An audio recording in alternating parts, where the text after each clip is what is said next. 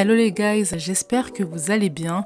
On se retrouve dans un nouvel épisode de Transforme tes relations, le podcast qui t'apprend à gérer tes relations humaines, mais également à t'épanouir dans celles-ci. Les épisodes sont publiés tous les mercredis et dimanches à 21h, alors ajoute le podcast à ta bibliothèque pour ne manquer aucun épisode. Aujourd'hui, on se retrouve dans un épisode live un peu particulier parce que je vais parler de Dieu et de l'impact de Dieu dans mes relations familiales. On va dire qu'il y a 1 an à peu près, je me suis vraiment remise à ma foi chrétienne. Et depuis que je me suis remise à ma foi chrétienne, franchement, les choses dans ma vie familiale ont beaucoup changé. Et c'est quelque chose que j'aimerais te partager parce que je pense que ça peut t'aider aussi. D'habitude, on est dans quelque chose de très pratique, de très...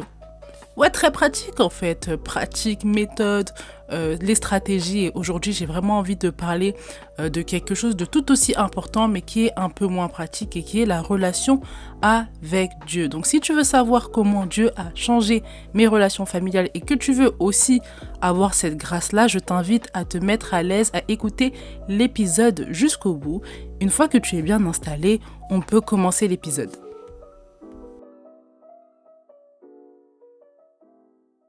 Point préliminaire avant d'entrer dans le vif du sujet concerne la FAQ du mois de juillet.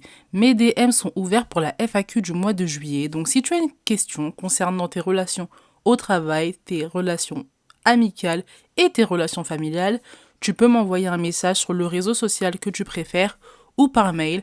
Je répondrai à ta question en privé et j'ajouterai ta question à la FAQ du mois de juillet. Et dans cette FAQ, je donnerai encore plus de précision à la réponse que je t'ai donnée. Le lien de mes réseaux sociaux se trouve en description. Une fois que c'est dit, on peut entrer dans le vif du sujet. La première chose que Dieu a permis dans ma relation avec mes parents, c'est de leur pardonner. Alors, il faut savoir que je ne suis pas quelqu'un de nature rancunière, mais quand tu vis avec des parents qui t'ont fait certaines choses, ou tu as vu certaines situations, que tu vois que les choses, elles ne devraient pas se passer comme ça, mais elles se passent comme ça dans la réalité, la rancœur, elle commence à venir dans ton cœur. Tu es tous les jours avec les mêmes personnes, tu vois qu'elles se prennent des murs, mais elles n'arrivent pas à réaliser. Les conséquences se manifestent dans ta vie. Toi qui es enfant, tu subis les mauvais choix de tes parents. Honnêtement, c'est très frustrant, c'est énervant et t'as aucun pouvoir parce que t'es un enfant. Et ça me poussait à avoir un peu de rancœur par rapport à eux, de les juger, pas les accepter, de les voir de haut, d'avoir du dédain, du mépris. Et c'est pas l'attitude que tu dois avoir en tant que chrétienne. En tant que chrétienne, Jésus dit « Honore ton père et ta mère ». Tu vois, il le répète, il le rappelle dans sa parole. Et la parole, elle le dit. Donc c'est très important en fait de pardonner ses parents. Ça fait partie aussi de la sphère d'honorer ses parents. Et moi, c'est quelque chose que je n'arrivais pas à faire. J'arrivais pas à le faire parce que j'étais pas humble. Et l'humilité fait partie de la vie chrétienne. Tu dois être humble. Quand tu es humble, tu sais que si toi, tu as de la connaissance quelque part, elle vient pas de toi, elle vient de ce que Dieu t'a donné. Et si tu es humble, tu vas pas te sentir supérieur aux autres parce que déjà, tout ce que toi, tu arrives à faire, c'est pas forcément toi, en fait. C'est pas ton intelligence. Surtout que moi, j'ai la grâce d'avoir une sagesse quand même qui est assez... comment je pourrais dire, qui est assez forte, c'est pas le mot, mais d'avoir une grande sagesse pour mon âge en fait. Ça, je sais que c'est un cadeau de Dieu, c'est pas moi. Et si j'ai réussi à repérer certaines erreurs de mes parents, c'est pas pour les juger, c'est pas pour les blâmer, c'est pas pour les mépriser, mais c'est aussi parce que je dois leur apporter une certaine lumière et je dois pas leur en vouloir des erreurs qu'ils ont fait dans le passé. À la fin de la journée, avant que ce soit mes parents, ce sont des humains. Et ça, c'est quelque chose qu'on doit tous comprendre en fait. Aujourd'hui, oui, nos parents nous ont fait du mal, oui, nos parents nous ont... parfois insultés, parfois méprisés, ils ont fait des erreurs dans leur vie qui ont des conséquences directes dans la nôtre aujourd'hui, mais ils savaient pas. S'ils savaient autre chose, ils auraient pas fait cette chose-là. Et des fois, ils ont vécu pire en fait. Et ça, c'est quelque chose qu'aujourd'hui, dans ce monde individualiste, où tout le monde pense à sa santé mentale et tout le monde pense à sa santé mentale, mais tout le monde veut que tout le monde pense à notre santé mentale. C'est trop bizarre. Si toi tu t'occupes de ta santé mentale et que les autres s'occupent de la leur, ils peuvent pas s'occuper de la tienne aussi. Enfin bref, c'est un mode de pensée que je ne comprends pas spécialement, mais aujourd'hui on est très concentré sur nous, sur notre santé mentale à nous en fait. Et on voit pas celle de nos parents. On se pose pas la question de nos parents, on se dit pas que est-ce que eux ils ont guéri? Est-ce que eux, ils ont guéri des traumas qu'ils ont vécus? Parce qu'ils ont vécu des traumas, t'es même pas au courant des fois. C'est pour ça que je dis c'est très important de discuter avec ses parents, de prendre un temps de temps en temps pour connaître leur passé. Ça va couler de source. Tu vas dire, ah ouais, ils ont vécu tout ça. Ben effectivement, c'est pire en fait. Et aujourd'hui, il faut avoir le courage de dire que nos parents, des fois, ont vécu pire que nous. Est-ce que ça valide les actes qu'ils ont faits? Non. Il y en a qui ont vécu la même chose et qui ont fait différemment. Mais parce qu'ils avaient la force, parce qu'ils avaient une sagesse, parce qu'ils étaient accompagnés. Là où bah, tes parents, ils n'étaient pas accompagnés. Et en l'occurrence, les miens, ils n'étaient pas accompagnés. Donc, je peux pas leur en vouloir, en fait. Et je dis que c'est vraiment Dieu qui m'a aidé à pardonner mes parents parce que déjà, sa parole, elle s'est plus ancrée en moi. Quand tu comprends la portée de honorer ton père et ta mère, quand tu comprends aussi la portée de l'humilité et l'importance de l'humilité dans la foi chrétienne, tu ne peux que pardonner tes parents. C'est la conséquence, en fait, de tout ce dont tu t'es nourri dans ta foi chrétienne. Aussi, en tant que chrétien, nous, notre croyance, c'est que Jésus, quand il a fait son sacrifice, quand il est mort à la croix, c'est pour le pardon des péchés du monde. Donc, moi, en tant que chrétienne, mes péchés m'ont été pardonnés, entre guillemets, en invoquant son nom, en étant en alliance avec lui. Mes péchés m'ont été pardonnés. Donc, je le dis souvent dans mes épisodes, mais si Jésus m'a pardonné, si Dieu m'a pardonné, je dois être le miroir, en fait, de la relation que j'ai avec Dieu. Si Dieu, il m'a pardonné, moi aussi, je dois pardonner aux autres. La relation que j'ai avec Dieu, je dois la recopier avec les humains, en fait. Si j'ai une relation d'humilité avec Dieu, avec mes parents aussi, humilité. Et donc ça, c'est vraiment un aspect qui a beaucoup changé dans ma vie. Et aujourd'hui, pardonner mes parents, ça m'apporte une légèreté, une paix. Et je me dis aussi que j'ai une certaine responsabilité envers eux. Si moi, j'ai eu la chance de penser comme ça jeune, si ma foi, elle m'aide à comprendre certaines choses, c'est parce que je dois être la lumière aussi de mes parents. Mes parents, ils ont fait déjà beaucoup pour moi. Même si ça s'est mal passé à certains moments, même s'ils ont fait des erreurs, ils ont fait quand même beaucoup pour moi. Et c'est pas parce que sur certains points, ils se sont trompés que je ne dois pas leur pardonner. Moi, si demain j'ai des enfants et qu'ils me pardonnent pas, franchement, je serais pas contente, je serais pas à l'aise et je me dirais, mais en fait, je suis pas un humain à ses yeux. Je suis que maman et c'est vraiment dommage et c'est déshumanisant en fait de pas pardonner ses parents. Je dis pas que c'est facile de pardonner les parents, vous sentez pas coupable si vous arrivez pas pour l'instant, ça prend le temps que ça prend, c'est pas un problème. Mais in fine, c'est déshumanisant en fait parce que tu parles du principe que c'est des surhumains tes parents, sauf que c'est pas des surhumains en fait. C'est pas des surhumains. Quand tu commences à devenir adulte, tu dois comprendre que c'est des humains en fait. Toi aussi en tant qu'adulte, si demain t'as des enfants, est-ce que là actuellement t'es parfaite, tu ferais tout bien, tout correctement? Non. Tes enfants, ils vont devoir aussi te pardonner sur certains points parce que tu n'es pas parfaite, tu ne seras jamais parfaite. Et ça, c'est quelque chose qu'il faut accepter en tant qu'humain, l'ancrer pour se dire que ouais, moi aussi, il faut que je pardonne mes parents peut-être. Donc la première chose que Dieu a changé dans ma relation avec mes parents, c'est le pardon. J'ai réussi à pardonner mes parents. La deuxième chose que Dieu a permis dans mes relations avec mes parents, c'est d'accepter, d'apprécier leur présence. Apprécier leur présence parce qu'à la fin de la journée, mes deux parents sont vivants. Mes deux parents sont vivants et là, à l'heure où j'enregistre ce podcast, j'ai une tante qui vient de mourir et qui a laissé un enfant de 12 ans en fait. Le dernier a 12 ans, la plus grande a 20 ans. Et leur maman, elle est plus là. Pareil au travail, il y a quelqu'un qui a perdu sa maman. Le petit en question, il a 16 ans.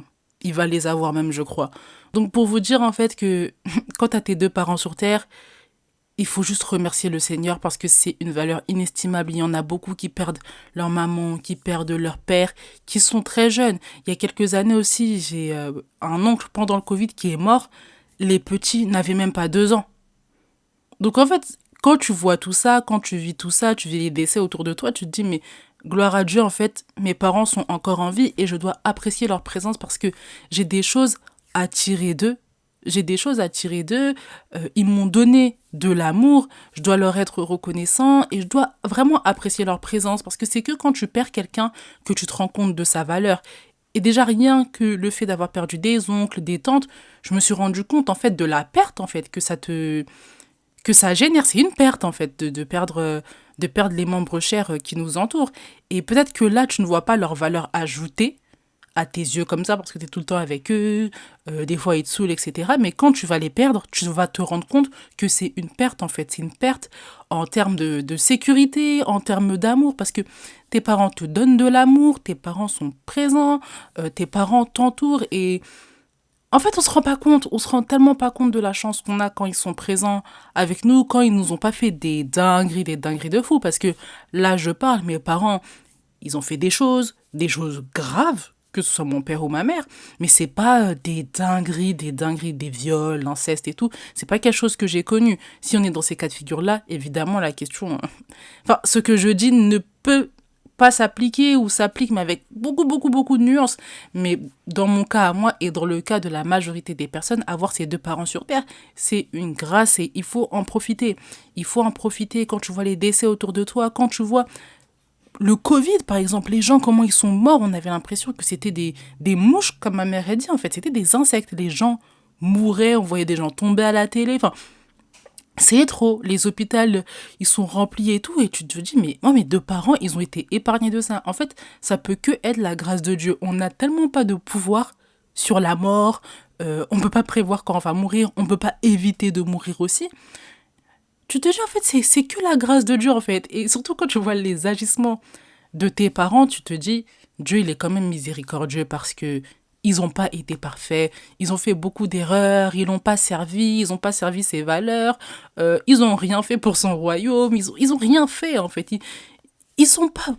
Ils sont croyants, mais ils sont pas très pratiquants, ils sont même pas pratiquants.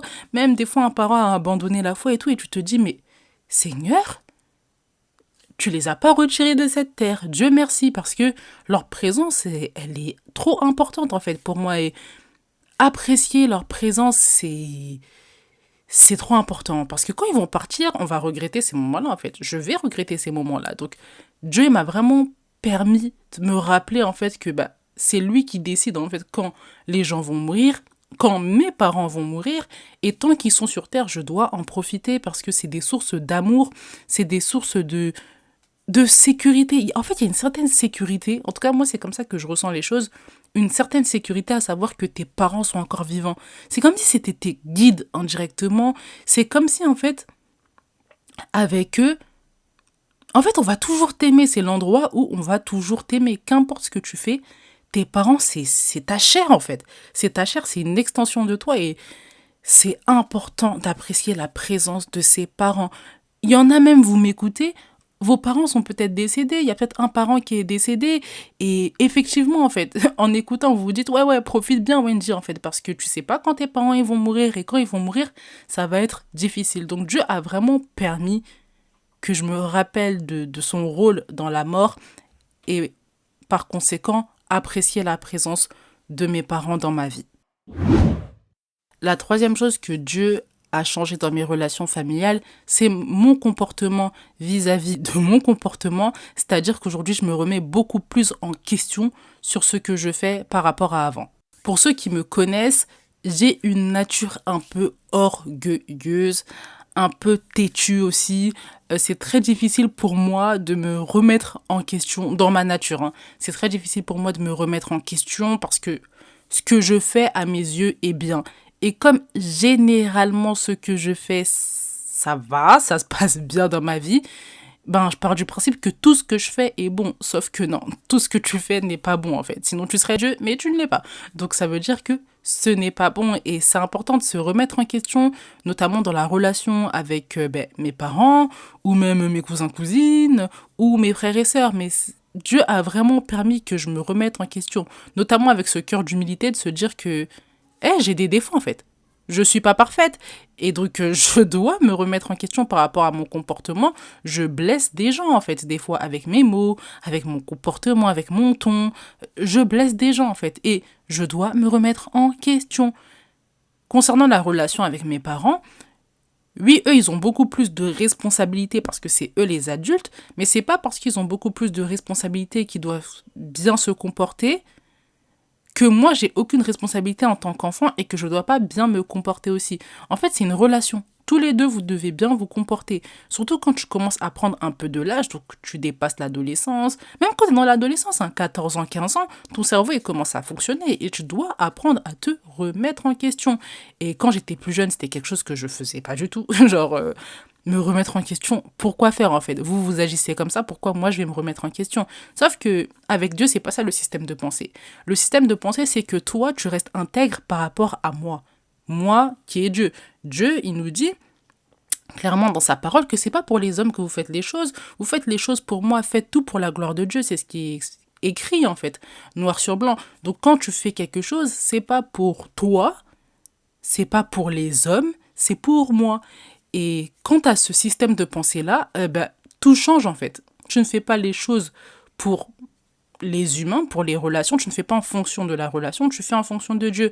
Et quand tu fais en fonction de Dieu, tu fais en fonction de sa parole. Sa parole, c'est quoi? C'est avoir un cœur d'humilité, se remettre en question, demander pardon aussi quand on a fait des erreurs. Et ça, c'est quelque chose que j'ai commencé à faire davantage. Demander pardon pour mon comportement, que ce soit avec mes cousins, cousines, mes sœurs, mes parents. Ouais, plus m'excuser en fait, plus m'excuser et dire ouais, excuse-moi, j'aurais pas dû avoir ce ton, excuse-moi, je me suis un peu emportée, pardon si j'ai eu cette attitude-là. Et ça permet vraiment de conserver une bonne relation avec ma famille. En tout cas, ça m'a permis de conserver une très bonne relation avec tous les membres de ma famille. Jusqu'à aujourd'hui, là où il y avait des liens qui commençaient un peu à se casser, le fait de me remettre en question, de m'excuser, ça a permis vraiment de conserver ces relations qui sont en fait des bonnes relations. C'est juste que quand tu en prends pas soin, forcément, elles se brisent. Aussi, en me remettant pas en question, je mettais toute la pression sur les autres. C'est les autres qui devaient me satisfaire, c'est les autres qui devaient se comporter correctement. Et en fonction de ce qu'ils faisaient, moi aussi, j'adaptais mon comportement. Sauf qu'encore une fois, comme je l'ai dit précédemment, c'est pas pour les hommes que tu fais les choses, c'est pour Dieu. Et quand tu as cette vision des choses-là, tu peux pas, en fait, agir comme ça. Tu peux pas agir en fonction du comportement des autres. Et autre chose, quand tu es dans la présence de Dieu, quand tu as Jésus avec toi, le but c'est que tu sois une lumière autour de toi. Qu'est-ce que tu apprends aux autres quand tu agis comme eux ou en fonction de ce que eux ils font?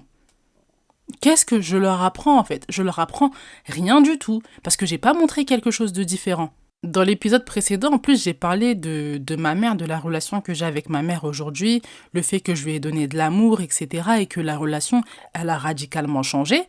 C'est un exemple en fait, c'est un exemple de les gens ont besoin de voir mieux. Les gens autour de toi ont besoin de connaître mieux. Si les gens se comportent comme ils se comportent, c'est qu'ils ne connaissent pas un autre schéma. C'est ça qu'il faut se dire en fait. Ils ne connaissent pas un autre schéma et même s'ils le connaissent en théorie, en pratique, ils n'ont jamais vu. Donc c'est à toi d'incarner cette pratique, c'est à toi d'incarner cette vision d'introspection, c'est à toi d'incarner cette remise en question, c'est à toi d'incarner le pardon, c'est à toi d'incarner ce nouveau comportement, cette lumière qu'ils vont pouvoir suivre en fait. Sinon, comment ils changent, comment ils s'améliorent? Et être la lumière de quelqu'un, ça dépend pas de l'âge. Tu peux être la lumière de tes parents, tu peux être la lumière de tes oncles, de tes tantes, tu peux être la lumière de tes grands frères, grandes sœurs. C'est pas parce que tu es plus petite que tu n'as pas d'impact. Je vous ai bien montré quand j'ai témoigné de la relation que j'ai avec ma mère, que c'est moi en fait qui a été la lumière. Je sais que c'est Dieu qui m'a utilisé pour être la lumière de ma mère. Est-ce que maintenant je vais commencer à être supérieure à elle, à faire la meuf et tout? Non, pas du tout, parce que c'est Dieu qui m'a utilisé. Mais pour vous dire en fait que c'est pas une question d'âge. Tu dois montrer aux gens autour de toi qu'il y a un autre schéma, il y a une autre possibilité. Ils doivent le voir de leurs yeux. Ils doivent le voir de leurs yeux. Donc, si toi tu agis à nouveau en fonction de ce que eux ils font, tu calibres ton comportement, tu calibres tes réponses par rapport à eux, qu'est-ce que tu leur apportes? Tu leur apportes rien du tout. Et ça, dans une relation, on n'en veut pas parce que tu veux que les gens t'apportent des choses, à toi aussi d'apporter quelque chose. Donc la troisième chose que Dieu a permis dans mes relations familiales, c'est de me remettre plus en question par rapport à mon comportement vis-à-vis de ma famille. La quatrième chose que Dieu a changé dans mes relations familiales, c'est mon rapport à mes sœurs. Aujourd'hui, je les accepte plus comme elles sont. À nouveau, je rappelle que j'ai une nature un peu orgueilleuse, je me pense un peu supérieure de nature. Et quand je voyais mes sœurs ne pas agir comme moi je le voulais, comme je pensais qu'il était bon pour elles, eh ben j'allais leur faire des reproches, j'allais m'écarter d'elles, j'allais toujours leur faire la morale, et ça contribuait à nous distancer un peu en fait. Mes sœurs et moi, on allait se crier dessus, ça arrivait que, ouais, même des fois on en arrive aux mains et tout, et ça c'est pas normal en fait dans une relation avec tes sœurs, surtout quand c'est toi l'aîné, et en l'occurrence c'est moi l'aîné chez moi, donc c'est à moi de donner l'exemple, c'est à moi d'accepter mes sœurs comme elles sont pour qu'elles m'acceptent comme je suis. Et quand j'ai accepté qui elles étaient, je me suis rendu compte en fait que mes sœurs, elles m'ont toujours accepté comme j'étais, plus que moi, je les acceptais comme elles étaient. Et tu te dis en fait que c'est juste que des fois tes yeux ils sont fermés en fait. Et c'est pour ça que la présence de Dieu te permet vraiment d'avoir les yeux ouverts sur ce qui se passe vraiment autour de toi. Là où tu voyais pas l'amour, finalement tu le vois. Là où tu voyais pas l'acceptation, finalement tu vois l'acceptation. C'est juste que moi je me fermais à l'acceptation qu'elle me donnait. Et c'est mauvais. C'est mauvais parce qu'elles, elles m'acceptaient et tout ce qu'elles attendaient, c'est que je les accepte aussi comme elles sont. Mais j'arrivais pas à le faire. Je n'arrivais pas à le faire parce que si je prends ma nature humaine, les choses sur lesquelles je struggle un peu, bah l'orgueil, la supériorité t'empêche d'accepter les autres comme ils sont parce que tu veux imposer ton schéma de pensée aux autres. Tu penses que c'est comme ça qu'ils devraient agir parce que dans ta vie ça fonctionne, donc dans leur vie ça va fonctionner. Sauf que Dieu a un plan pour tout le monde. Dieu a prévu un plan pour tout le monde et chacun sa manière de comporter. Il a donné à chacun son unicité. Quand on dit chacun, c'est vraiment chacun, c'est pas chaque famille. Non, même dans une famille, chacun a son identité, chacun a son unicité. Et c'est très important de respecter ça, de respecter le schéma de pensée des autres. Et moi, c'est quelque chose que j'avais énormément de mal à comprendre, énormément de mal à mettre en pratique. Et depuis que j'ai ma relation avec Dieu, les choses, elles ont beaucoup changé par rapport à ça. Mes sœurs, je les accepte comme elles sont, parce que je sais que c'est quand tu acceptes les gens que les gens décident de t'écouter, que les gens décident aussi d'emprunter ta vision. Et je me suis rendu compte en fait que mes sœurs, elles n'étaient pas totalement insensibles à ce que je disais. C'était aussi la forme en fait. Tu veux pas venir voir tes sœurs, même si elles sont plus petites que toi, et commencer à leur crier dessus comme si c'était des enfants. Elles sont grandes. En plus, mes sœurs, j'ai de la chance, c'est pas des filles qui sont perturbées, qui font n'importe quoi. Elles sont plutôt sages, plutôt intelligentes, pardon. À l'école, ça va. Enfin, j'ai de la chance par rapport à ça, en fait. J'ai de la chance. Et donc, elles vont pas accepter, en fait, de se faire crier dessus, d'être confrontées à la morale tous les jours. En fait, c'est quoi, en fait? Je suis qui? Même mes parents, ils sont pas comme ça avec elles. Et c'est moi, maintenant, je vais commencer à être comme ça. Ça, elles peuvent pas l'accepter. Elles peuvent pas l'accepter, en fait. Mais en vérité, elles voyaient que j'agissais d'une certaine manière. Et aujourd'hui, je vois mes sœurs, elles commencent à lire des livres. Je vois ma petite sœur, celle qui vient juste après moi, elle regarde moins de séries. Je vois comment elle se comporte par rapport à sa vie. Les amis ont changé. En fait, elle voyait, c'est bon, ça suffisait. Il n'y a pas besoin de crier tous les jours. Il n'y a pas besoin de faire la morale. Elle voit, elle va s'inspirer. Mais laisse-lui le temps aussi. C'est pas parce que toi, t'as eu la sagesse à 16 ans qu'elle, à 16 ans, elle a la sagesse. En fait, faut vraiment prendre les gens pour qui ils sont et arrêter de les oppresser, de les contrôler, surtout quand les gens sont en dessous de toi. Et moi, c'est quelque chose avec lequel j'ai du mal, surtout dans les relations familiales. Parce que quand tu viens en dessous de moi, je pars du principe un peu, c'est moi j'ai l'autorité sur toi. En tout cas, là, je parle de ma nature, hein, ma nature avant que je sois avec Dieu. Bah, je pars du principe que t'es en dessous de moi et j'ai de l'autorité sur toi et que moi j'ai une vision en fait. Mes parents ils ont échoué sur certaines choses donc c'est à moi de rattraper. Sauf que quand tu rattrapes les choses, c'est pas avec cette manière-là en fait. C'est avec de l'inspiration, c'est en montrant un chemin, en guidant et il faut se rappeler aussi que tu es grande sœur, tu n'es pas maman, tu n'es pas papa, tu n'es pas grand-parent et c'est quelque chose que j'avais vraiment du mal à réaliser. J'avais du mal aussi à me remettre en question à nouveau, en fait, à me remettre en question, à accepter les critiques de mes sœurs aussi, parce qu'elles me faisaient des critiques, mais moi, pour moi, c'était faux, c'était moi qui avais toujours raison, c'est moi la grande sœur, et je sais, sauf que non. Si elles ressentent des choses, je dois accepter et valider ce qu'elles ressentent. Donc ça, c'est un autre point sur lequel j'ai bien avancé. Dieu a permis que j'accepte mes sœurs comme elles sont.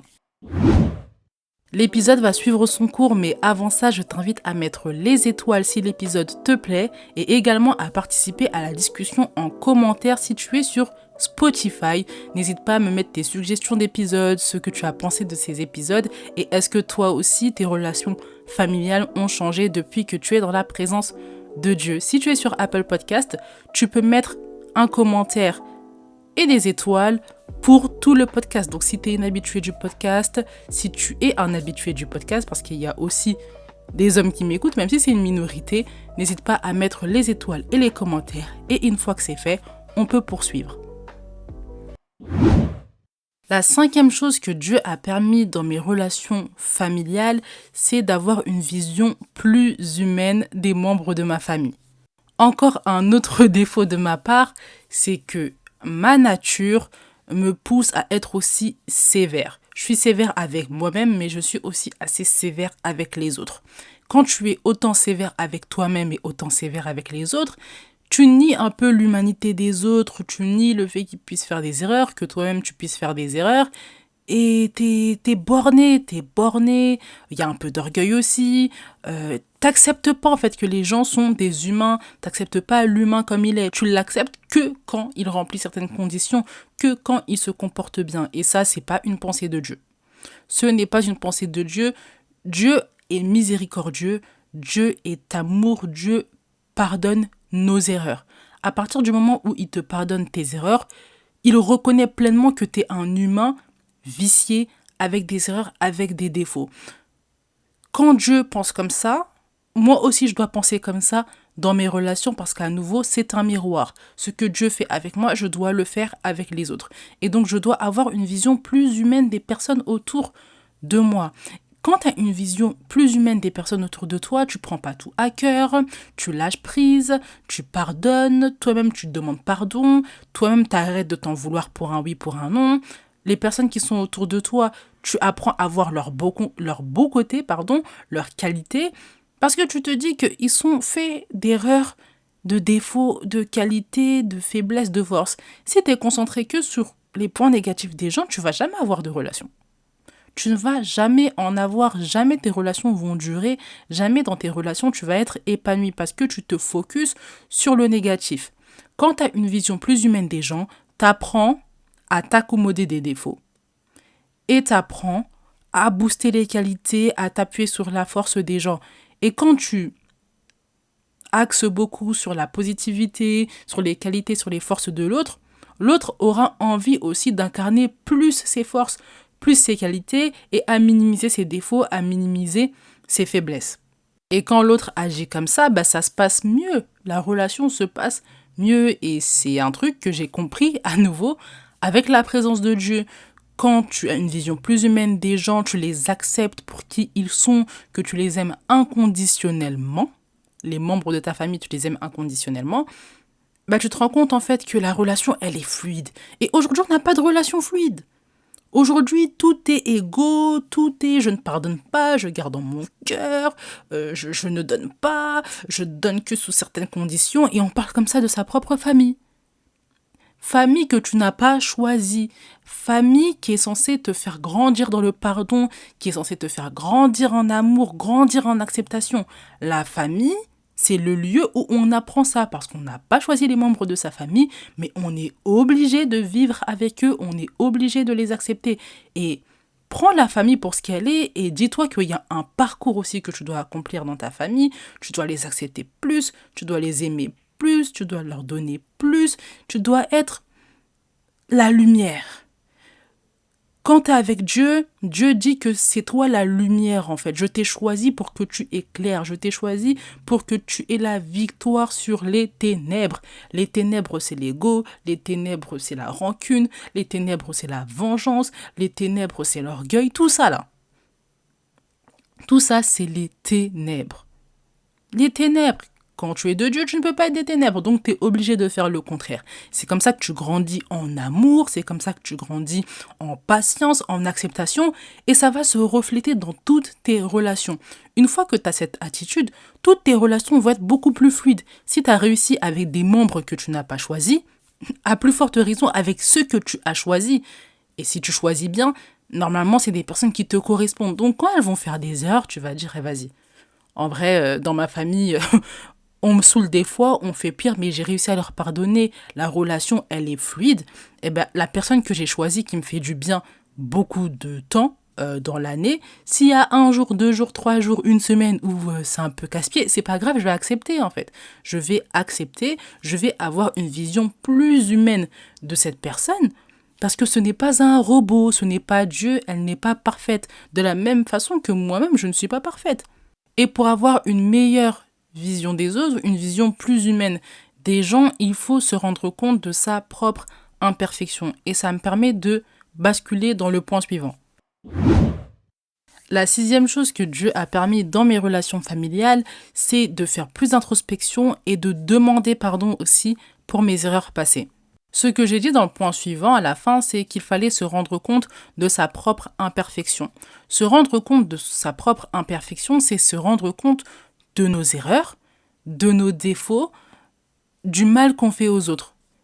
Et par conséquent, la conséquence, ce qui suit, c'est demander pardon. Quand tu te rends compte de ta propre imperfection, tu te rends compte de tes erreurs, tu te rends compte qu'il y a un Dieu qui t'a pardonné. À nouveau, relation de miroir. Moi aussi, je dois pardonner. Jésus est mort à la croix pour les péchés. C'est la foi chrétienne. Donc moi aussi, je dois prendre mon mal en patience et pardonner les autres. Avoir une vision plus humaine d'eux.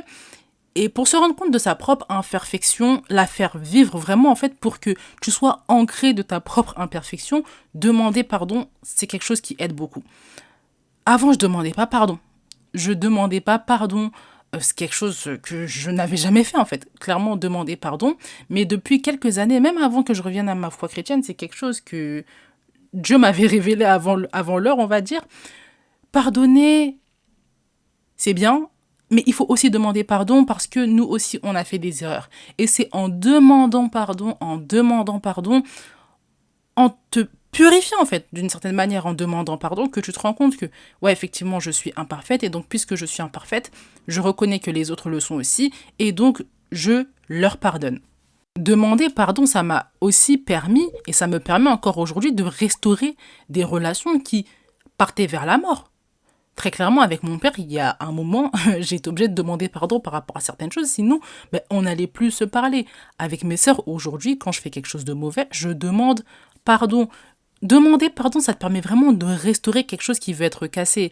Et dans la foi chrétienne, le diable, c'est son goal en fait, de briser les familles, de briser les amitiés, de briser des liens, de t'enfermer, d'être seul. Parce que quand tu es seul, c'est là où lui, il est puissant.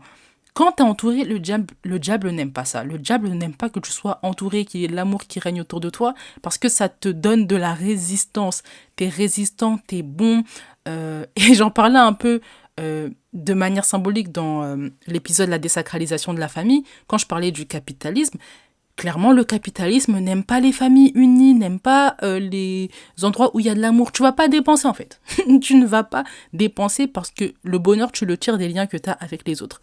Mais si tu es seul, t'as personne autour de toi, qu'est-ce que tu vas faire? Tu vas accumuler les biens, tu vas accumuler les plaisirs pour avoir cette sensation de bonheur. Et donc, ça profite à qui? Ça profite au capitalisme. Pour faire un parallèle avec le diable, c'est exactement la même chose en fait. Le diable veut t'isoler. Et ce qu'il fait pour t'isoler, c'est qu'il va casser les liens que tu as avec les membres de ta famille. Il va commencer par la famille.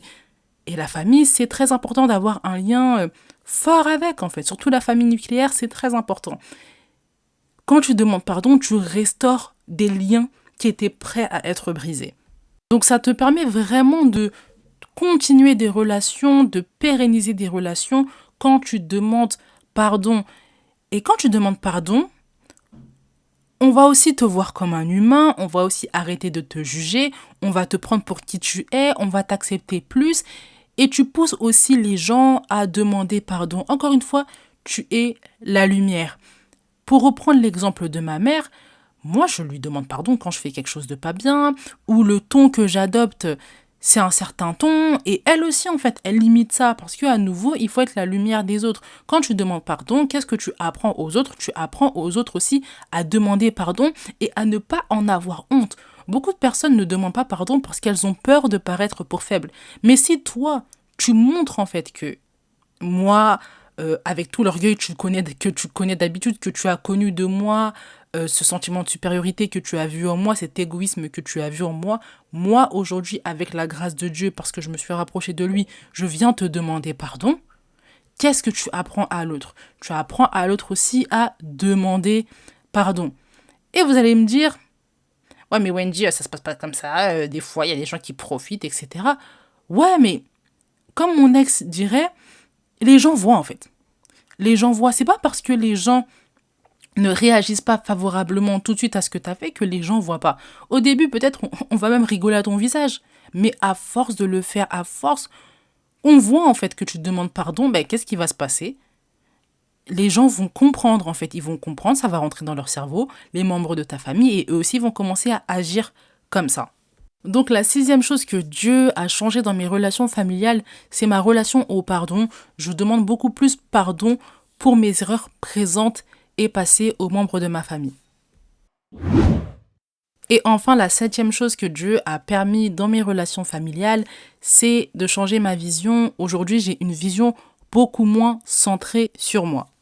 J'ai une vision beaucoup moins centrée sur moi parce que Dieu m'apprend à ne pas regarder tout le temps à moi. Je dois regarder à moi à certains moments, mais je dois beaucoup regarder à lui, beaucoup regarder à sa parole. Et encore une fois, relation miroir, si Dieu me dit que je ne dois pas regarder à moi beaucoup de fois, pareil dans mes relations familiales, je ne dois pas tout le temps regarder à moi, je dois regarder le collectif, je dois regarder ma famille comme un ensemble. Donc si la majorité prend une décision, même si j'apporte ma lumière, s'ils l'acceptent pas, ils l'acceptent pas et c'est pas grave en fait. Ils ont peut-être raison au final. Donc ça c'est quelque chose que j'ai vraiment appris à pratiquer en fait dans ma vie, avoir une vision beaucoup moins centrée sur moi, beaucoup moins centrée sur mes désirs, sur ce que je veux, sur ce que je trouve bien.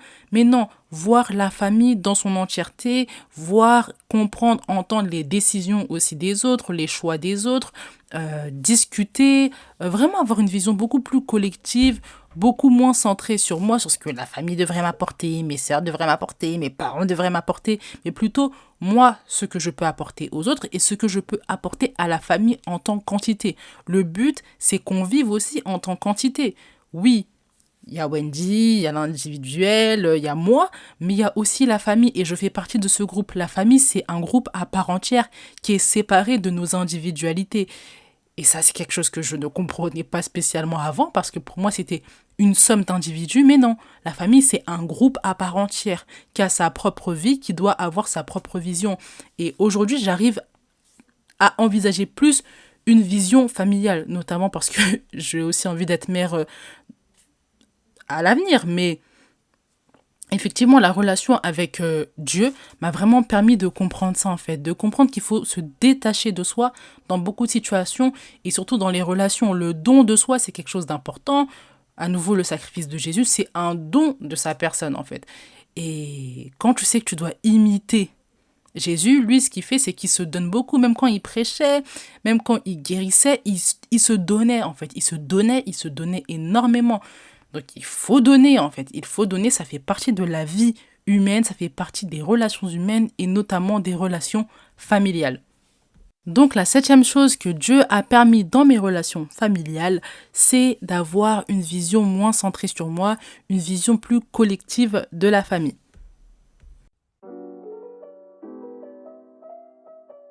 L'épisode touche à sa fin, j'espère qu'il t'a plu.